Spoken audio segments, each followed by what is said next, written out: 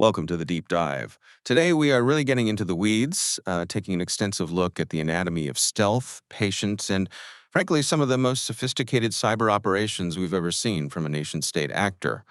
Our focus is squarely on APT29. You probably know them better as Cozy Bear. They're linked directly to Russia's Foreign Intelligence Service, the SVR, and these are the folks responsible for, well, defining modern cyber espionage in many ways. We're looking specifically at two huge campaigns, that quiet year-long intrusion into the DNC environment back in 2015, 2016, and then the SolarWinds supply chain attack in 2020 that just stunned everyone. This deep dive is really designed to give you the most thorough overview possible. How does this adversary think? How do they operate? That's exactly right. Our mission today, looking at all the materials you've provided, is to sort of synthesize the intelligence from those two key events. It's a 5-year period, right?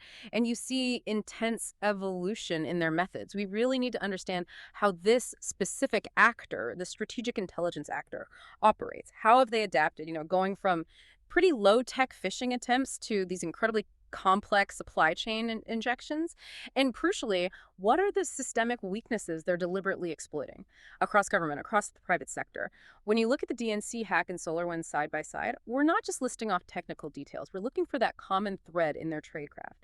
And it really comes down to relentless stealth, extreme patience, and this unwavering focus on long-term strategic intelligence gathering. That's above everything else for them. And that's the core paradox, isn't it, with Cozy Bear? It makes them so, well, uniquely terrifying. They're famous for being quiet, meticulous, really methodological. They define that low and slow threat. They can patiently siphon data for, over a year like they did at the DNC, often completely under the radar of typical security tools.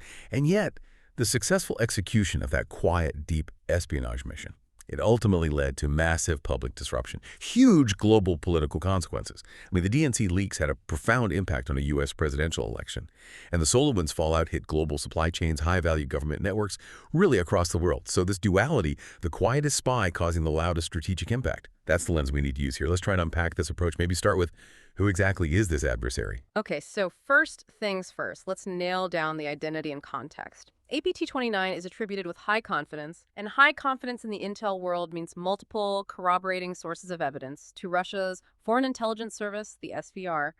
This isn't some loosely affiliated group or criminals. This is an intelligence agency, part of the Russian government structure. And it's important to remember they've picked up a lot of aliases over the years. That can sometimes muddy the waters in public reporting. You'll hear Midnight Blizzard, Nobilium, and historically, the Dukes. Their activity isn't new either. They've been around since at least 2008. And their methods have constantly evolved. They moved from, earlier malware families like Miniduke, which were more signature-based, to the highly adaptive, low-profile stuff they use now. Right, and that long history really shapes their motivation, which seems to be purely about strategic intelligence collection. They're fundamentally different from, say, ransomware operators looking for cash, or maybe hacktivists seeking public disruption. APT29 is playing the long game, the geopolitical long game. They want diplomatic cables to figure out foreign policy. They want proprietary software source code for strategic advantage, or maybe future exploits, sensitive policy drafts, and famously, during the COVID crisis, they were aggressively targeting pharmaceutical research, trying to get vaccine data. So their core operational imperative seems pretty simple. Persistence and stealth. They have to remain undetected for months, maybe years, to get the most intelligence value. It's like you said, they're the patient spy stealing blueprints, watching the supply chain for ages. They're not the saboteur blowing up the factory right away. And the complexity of the Russian intelligence structure itself adds another really crucial layer here. We're talking about something pretty unique to the Russian operational model. You often see multiple independent intelligence groups operating on the same network at the same time. We saw this play out very clearly in the DNC situation. Cozy Bear, the SVR group, was doing its quiet spying mission right alongside Fancy Bear, or APT28, that's the GRU, Russia's military intelligence unit, both on the same network. That just sounds incredibly risky, though, doesn't it? I mean, it sounds inherently inefficient. You could have two different Russian agencies targeting, maybe even stealing, the exact same credentials from the same system, which apparently happened. And plus, if one group like the GRU's Fancy Bear, which tends to be louder, if they get noisy and start dumping data, doesn't that risk exposing the SVR's quieter, maybe more valuable, long-term espionage operation? What does that tell us about how they coordinate internally, or maybe the lack of coordination? Well, it tells us something very specific about their strategic intent and their operational philosophy, Yeah. really, this compartmentalization. It's actually standard Russian practice. You can trace it back to Soviet-era tradecraft, their intelligence doctrine. The redundancy is deliberate. It ensures that if one operation, say the GRU's typically noisy, disruptive data theft and release campaign, gets exposed and shut down, the other agency's deeper, more valuable mission, Cozy Bear's persistence and strategic data gathering, isn't necessarily compromised. It suggests they have the resources, the bandwidth, and the strategic will to run these highly redundant, long-term intelligence collection efforts completely separate from their influence or disinformation campaigns. It's basically a failsafe. If the political arm gets caught making noise, the pure intelligence gathering wing can just keep working quietly. Wow, that intentional redundancy. It shows incredible strategic discipline, prioritizing the long-term intel mission over maybe tactical elegance or efficiency. And their tools seem to reflect that focus on stealth too. You mentioned their older tools like Cozy Duke, Sea Duke, but what really defines their current approach is that shift to living off the land techniques, LOTL. Can you explain why that shift is so significant for defenders? Yeah, absolutely. LOTL basically means they're minimizing the use of custom malware. The kind of stuff that traditional endpoint security antivirus is designed to catch with signatures. Instead, they're using native, legitimate system administration tools that are already on the target network. Things like PowerShell, Windows Management Instrumentation, WMI, Remote Desktop Protocol, RDP. Why does this work so well? Because these tools are essential for normal IT operations. Security software rarely flags them as inherently malicious. So, by using these legitimate tools for malicious purposes, Cozy Bear effectively hides in plain sight.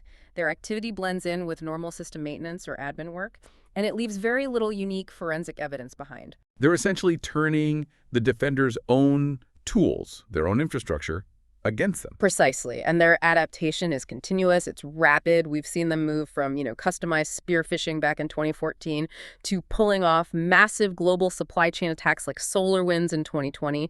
And now, the latest intelligence points to a heavy focus on cloud identity exploitation.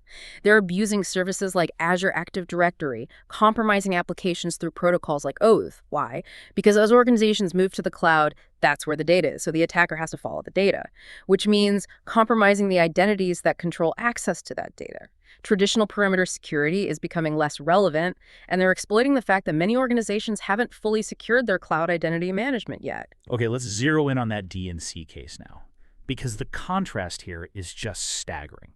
You have this ultimately sophisticated actor, APT29, but the way they first got in, it wasn't some complex zero-day exploit. It was the simplest, cheapest path, exploiting the human element. This highly sophisticated nation-state used spear phishing, social engineering, to get that initial foothold. The classic example everyone points to is the compromise of John Podesta, who was chairing the Clinton campaign. He clicked on a malicious link. It looked like a legitimate Google login page. So the root cause here seems less about technology failure and more about organizational culture, right? Oh, absolutely it was. That specific phishing email, it was crafted cleverly. It looked like a standard Google security warning, said his password had been compromised. Click here now to change it. It played on urgency, perceived authority. And crucially, Podesta's staff apparently forwarded the email to a technician who then, and this is where it gets fuzzy, maybe confusingly, advised that the email was legitimate and he should click the link and change his password. This just underscores a critical vulnerability that came out in all the post-incident analysis, a systemic organizational failure. Not enough security education, not enough training for staff or volunteers of the DNC. The adversary invested time making believable lures because they knew the human is often the weakest link. One careless click, and that gave them the entry point they needed for a year-long stay on the network. And the timeline of how long they stayed hidden, that stealthy persistence, that's what really makes this case study stand out. Cozy Bear gets access, you said, summer 2015. They use custom malware like CDaddy, POSHSPY. But here's the crucial part. The FBI actually alerted a DNC tech staffer about a potential compromise way back in August 2015. They got a tip from Dutch intelligence, who were apparently watching the group. Yet because of what sounds like a severe, prolonged breakdown in communication, DNC leadership wasn't fully aware of how bad it was until April 2016. That's 8 months later. What caused that massive delay? It really seems to have been a failure on multiple levels, a failure of trust, a failure of communication. On one side, you had the FBI being very cautious, reluctant to share classified sources and methods, so the warnings they gave were often opaque, nonspecific. We're investigating foreign intrusions, but maybe not detailing which systems or the specific tactics being used. Then on the other side, you had the DNC IT staff. Remember, they were managing systems for a political campaign, not necessarily a high-security government network. They might have been ill-equipped to handle these vague, high-stakes warnings.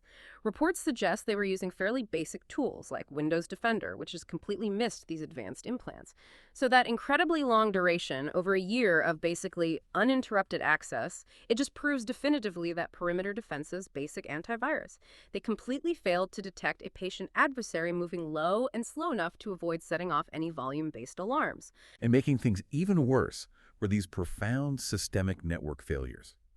The forensic report said the DNC network had a flat architecture.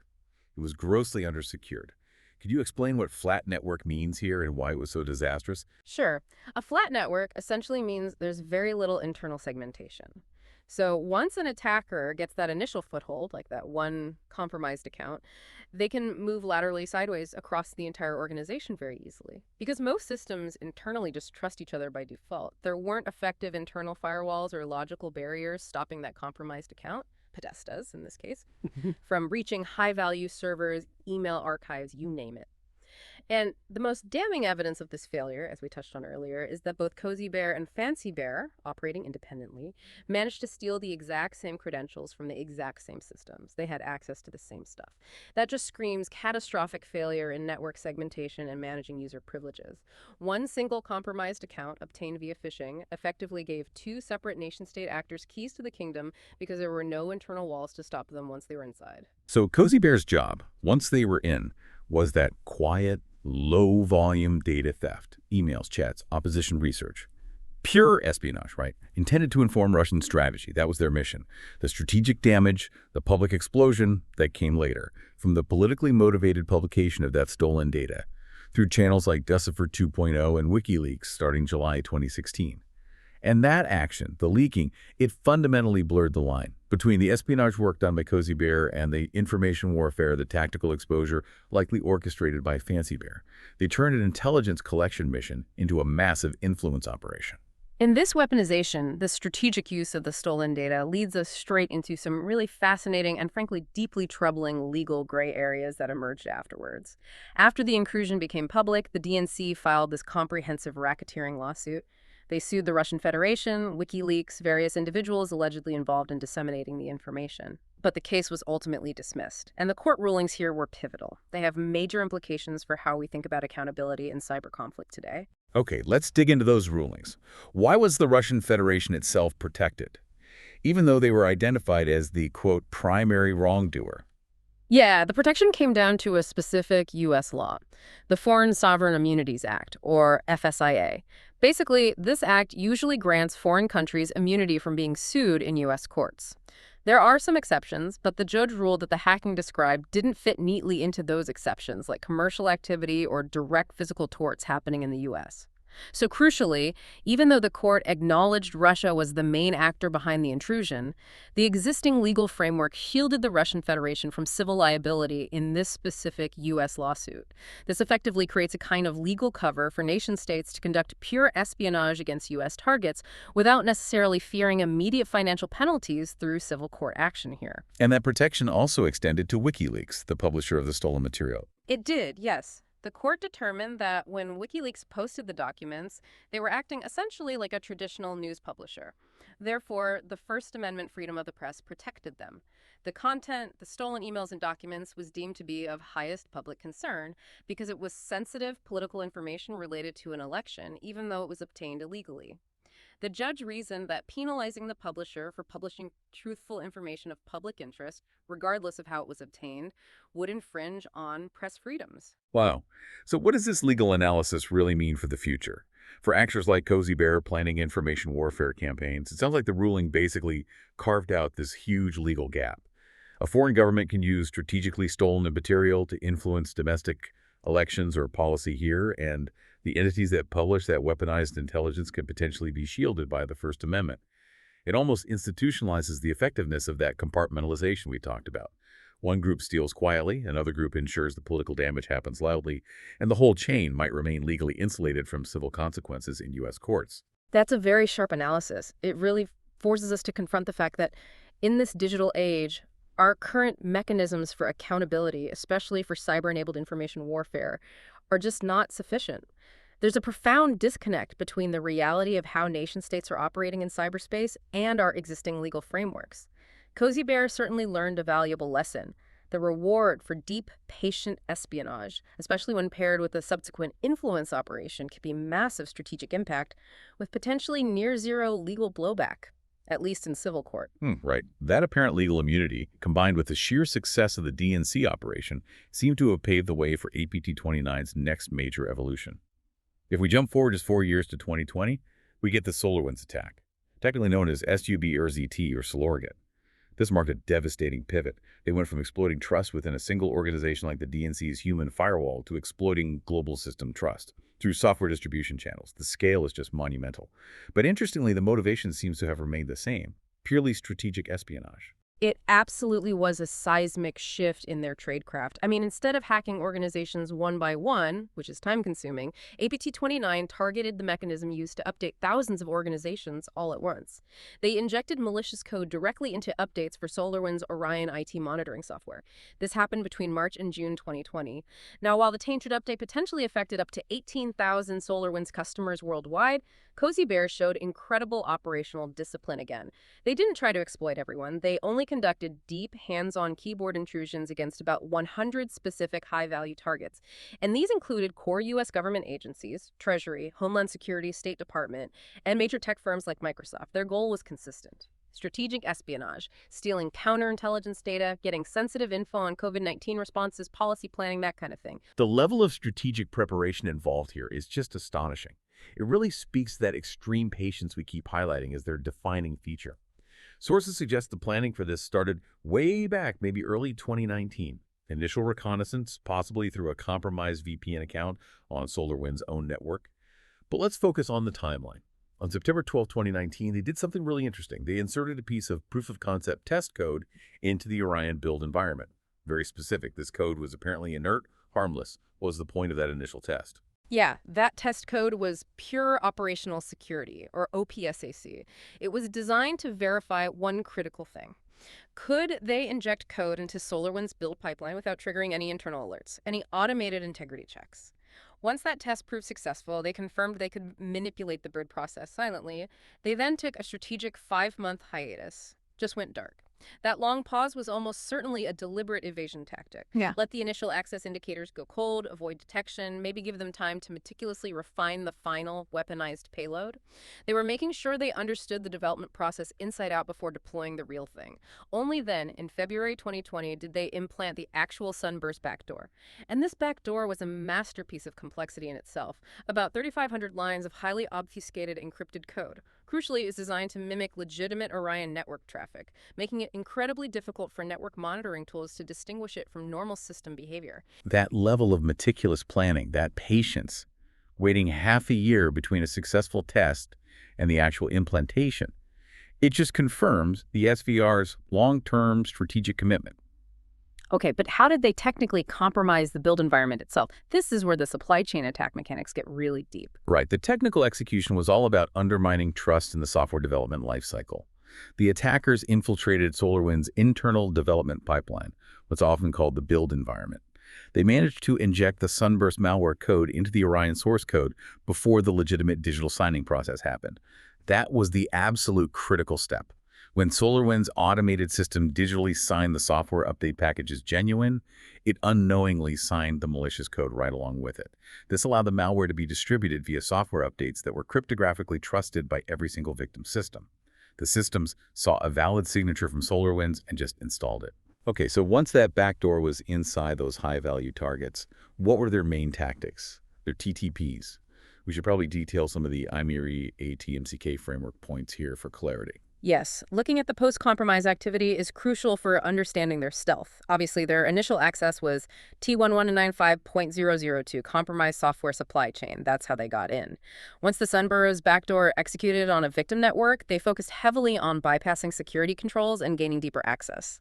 Can you Elaborate maybe on their credential access techniques. How did they get passwords and permissions? A key technique they used for credential access was T1003.006 OS credential dumping. Specifically, they targeted a function called DC sync. DC sync is actually a legitimate administrative function. It allows a domain controller in Windows networks to replicate password hash data to other controllers. APT29 abused this function. By compromising an account with the right permissions, they could use DC sync to request password data for basically any user in the domain, including privileged administrators, without needing to run code on the domain controllers themselves. It allowed them to harvest credentials very effectively. For defense evasion, we saw them using 21562.002, impairing defenses. A notable example was disabling Windows event logging on compromised machines to effectively erase their tracks and hide their activity. But perhaps the most devastating piece of their tradecraft, especially against modern defenses, was how they moved laterally using identity exploitation. Can you explain the mechanism of SAML token forging? Why is that technique so effective, even against things like multi-factor authentication? Yes, this is probably the most advanced and, frankly, terrifying element of the SolarWinds intrusion.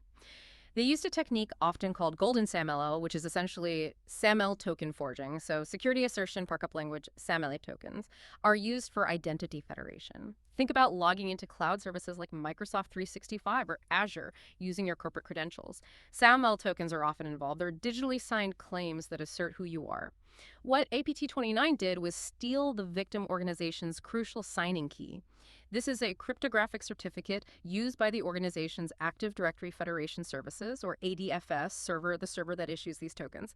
Once they had this master key, they could generate completely fake SAML tokens for any user in the organization, including the highest privilege administrators.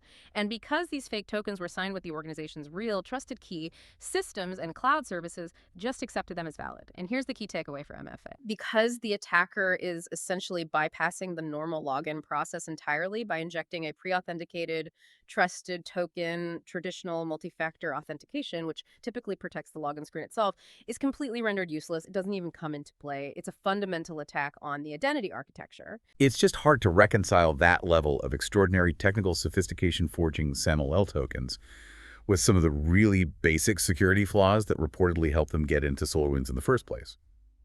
What were some of those simple vulnerabilities that APT29 layered their masterpiece on top of? You've hit the nail on the head. The irony is stark. The ultimate success of this incredibly complex operation relied, at least in part, on some stunningly basic operational security failures combined with systemic weaknesses. Specific details that came out in investigations included things like SolarWinds apparently having a publicly exposed client list, which basically gave APT29 a ready-made map of high-value targets using Orion, and then there was the infamous, almost unbelievable weak password, SolarWinds123, which was reportedly found being used on some internal company systems, possibly even discovered on a public internet forum or code repository. Wow, a password like SolarWinds123 potentially facilitating access to a critical piece of software supply chain infrastructure used globally. That's just a staggering failure of basic security hygiene. It absolutely is. And beyond just weak passwords, there were broader systemic gaps that amplified the risk. Reports indicated SolarWinds lacked truly air-gapped build systems, meaning the critical environment where the software was compiled and built was potentially accessible from the regular corporate network. That's likely how the code injection was possible. There was also a notable lack at the time of robust software bills of materials, or SBOMs. If they had detailed SBOMs, it might have been easier for them or their customers later to identify the unauthorized injected code. And finally, it seems clear that monitoring for the integrity of the software updates themselves was insufficient. So yeah, basic hygiene failed, the critical build systems weren't properly isolated, and the monitoring wasn't catching the manipulation. Okay, so finally on SolarWinds, let's talk about detection and response. This wasn't caught by some fancy automated security system scanning the globe, was it? How was it actually found? No, it wasn't. Detection actually started internally. At one of the victims, the cybersecurity firm FireEye, in late 2020, they discovered the breach during their own internal security investigation. They noticed an anomaly. One of their employees' corporate logins showed two different devices registered to their account for multi-factor authentication. One was legitimate, the other wasn't. That unusual sign triggered a deeper look. Once FireEye traced that anomaly back to the malicious code hidden within the SolarWinds Orion updates, the alarm bells went off globally. Containment efforts started pretty quickly after that disclosure. A critical step was the collaborative effort between Microsoft FireEye and the domain registrar GoDaddy. They worked together to create a kill switch. They essentially took control of the command and control C domains the Sunburst-Dust malware was communicating with, redirecting the traffic. This action effectively blinded the Sunburst malware. It couldn't receive new instructions or easily exfiltrate data from newly infected hosts, though it didn't remove malware already deployed. But cleaning up, the eradication phase, that wasn't just a simple matter of patching or uninstalling the Orion software, right? Oh, far from it. The depth of the intrusion, especially in those roughly 100 high-value targets, was massive. Eradication often required victims to essentially rebuild significant portions of their networks, particularly their identity infrastructure like Active Directory and ADFS, from known trusted backups or from scratch. And moreover, the adversary, Cozy Bear, hadn't relied solely on SunArrest. They had deployed secondary persistent backdoors in many compromised environments. Tools with names like FoggyWeb and MagicWeb. FoggyWeb was specifically designed as a persistent backdoor for ADFS servers, allowing them to keep exfiltrating configuration data and modify tokens. MagicWeb was another backdoor that allowed manipulation of Active Directory itself. These secondary tools persisted deep within victim networks well into 2021, long after Sunburst was neutralized. It proved that recovery wasn't a quick fix. It required continuous, intensive threat hunting and remediation efforts far beyond just dealing with the initial Orion vector. Okay, so when we step back and look at both of these case studies together, the DNC intrusion, which started with that low-tech spearfish, and then the SolarWinds supply chain compromise, that high-tech masterpiece, they both seem to converge on the same, maybe uncomfortable lesson. The biggest threats are often the patient ones, the subtle ones, and they fundamentally rely on exploiting either human behavior, like clicking a bad link, or exploiting systemic organizational complacency and our inherent trust in things like software updates. The legal fallout also proved really illuminating, didn't it? For SolarWinds, the company ended up facing a major SEC lawsuit. Allegations they misled investors about their cybersecurity posture, especially regarding the risks they faced. Yes, that SEC lawsuit, which was eventually settled in 2025 without SolarWinds admitting liability, was still a huge wake-up call, particularly for corporate America. It essentially forced SolarWinds to commit publicly to much more transparent security updates and significantly enhancing their internal security practices. It really helps solidify the idea that major security failures aren't just an IT problem anymore. They are absolutely a business risk, a compliance issue, an investor relations issue. It signaled that these kinds of organizational failures, leading to widespread compromises, will increasingly have serious financial and regulatory consequences. And for the DNC, remember, the remediation involved decommissioning over 140 servers, rebuilding systems from scratch. That's a massive, expensive undertaking, a physical manifestation of the catastrophic logical failure that occurred on their network. So the history of Cozy Bear's successes, from DNC to SolarWinds, it basically writes the playbook, or maybe the mandate, for future security controls. If we want to thwart the next iteration of this kind of adversary, what are the key missing controls that absolutely must be implemented globally? Well, the missing controls really map directly back to the TTPs that APT29 used successfully. First and foremost, mandatory multi-factor authentication, MFA, and specifically strong MFA, ideally using hardware-based keys like FIDO2 security keys, must be enforced universally. The DNC's initial breach hinged on a simple spearfish stealing credentials. Robust MFA would likely have mitigated that initial access. Although we do have to remember that advanced techniques like the SAML forging used in SolarWinds can bypass MFA at the login screen, which makes protecting the core identity systems themselves, perhaps with hardware security modules for signing keys, even more critical. Right, and the SolarWinds failure directly triggered major government policy changes around supply chain visibility, didn't it? It absolutely did. The sheer lack of visibility into the software components during the SolarWinds crisis led directly to the U.S. issuing Executive Order 14028. A key part of that now mandates software bills of materials, or SBOMs, for software sold to the federal government. This is a crucial defense against future supply chain attacks. SBOMs require vendors to provide a detailed list of every component, every library included in their software. This gives organizations much-needed visibility to identify risks or quickly assess impact if a vulnerability is found in a specific component. Third, the way the build environment itself was compromised in SolarWinds. That highlights the urgent need for implementing truly air-gapped development environments. Critical code compilation systems and build pipelines need to be physically or logically isolated from regular network access to prevent tampering or code injection. And since APT29 is so good at living off the land, using legitimate tools to hide, our defenses have to evolve beyond just looking for known bad signatures, right? Absolutely. That's critical. We need advanced monitoring that moves beyond just watching the perimeter. We need capabilities, often driven by AI and machine learning, focused on behavioral analytics. We have to focus on identifying the behavior of tools, not just the tools themselves. Is PowerShell being used in an anomalous way? Is WMI suddenly being used to exfiltrate large amounts of data late at night from an unusual source? Continuous internal network monitoring that flags legitimate admin tools being used suspiciously is probably the only reliable way to detect that low and slow LOTL activity that really defines Cozy Bear's typical approach once they're inside. Okay, so wrapping this all together, what does this mean for you, the listener, whether you're trying to secure a small business or a massive government network? The overarching lesson from APT29's sustained campaign seems to be the absolute immediate necessity of adopting a zero-trust architecture. Zero trust really is the necessary philosophical shift we need to make. It means we simply cannot trust anything inside our network by default anymore. Every access attempt, every connection, must be continuously authenticated and authorized, regardless of where the user is or what device they're using. The moment an organization assumes that anything already inside its perimeter is inherently trustworthy, it creates the perfect hiding place for an adversary like Cozy Bear using LOTL techniques. They can conduct internal reconnaissance, move laterally, and persist undetected for months. Zero Trust actively works to undermine the SVR's primary strategy, which relies on that patient internal persistence. It makes it much harder for them to operate freely once inside. And we absolutely cannot forget the simplest, maybe cheapest lesson that the DNC case demonstrated so clearly: the ongoing need to invest heavily in the human firewall. Training staff, training volunteers, making sure everyone can recognize social engineering attempts like phishing.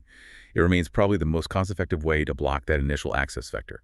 Technology is critical, yes, but it's ultimately undermined if the attacker can just walk in the virtual front door using the password SolarWinds123.